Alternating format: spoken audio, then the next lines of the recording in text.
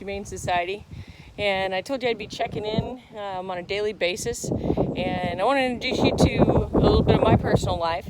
This is my grandbaby Summer, and this is my sweetheart that I do a little bit of daycare for every day outside of the shelter, because the shelter is it's a daily, I don't like to call it a job because it's not really a job because I love it so much. It's a daily commitment. It's a commitment to the lives of the animals. I think I like to call it that. So after cleaning and organizing and game planning, hi sweetie, with my manager LJ and the staff, talking about where the population is at the shelter and where it needs to go every day, because every day is different in the shelter. One day you can have a completely healthy population. The next day you can have, an upper respiratory pop-up in the kitten room, or, a diarrhea episode in the dog kennels. And, you just got to be, you got to be ready to overcome those things and work through them and have a game plan. You got to have a game plan every day, every single day, because it's really about having a plan to get each animal out of the shelter. So after all that, I take a quick power break and I come over and I watch my granddaughter, and we take a little nature walk.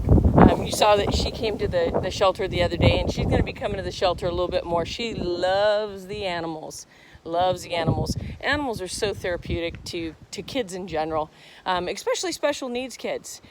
Summer was born with microcephaly and a little bit of cerebral palsy and some other associated issues, but she's doing absolutely remarkable. She's got her little glasses on. She's learning how to keep those on her head, and we're getting through those things. But this is definitely one of the highlights of my day, in addition to working with all the animals and of course the public at South Coast Humane. So today, the game plan was, we have a couple of dogs that will need to get out of the shelter relatively quick, and I know they'll get out of the shelter quick because they're absolutely amazing animals. So we want to hit the market with those animals very quickly, find good adoptable families for them, get them on trials, because we do have a large transport coming in. Are we checking stuff out, big girl?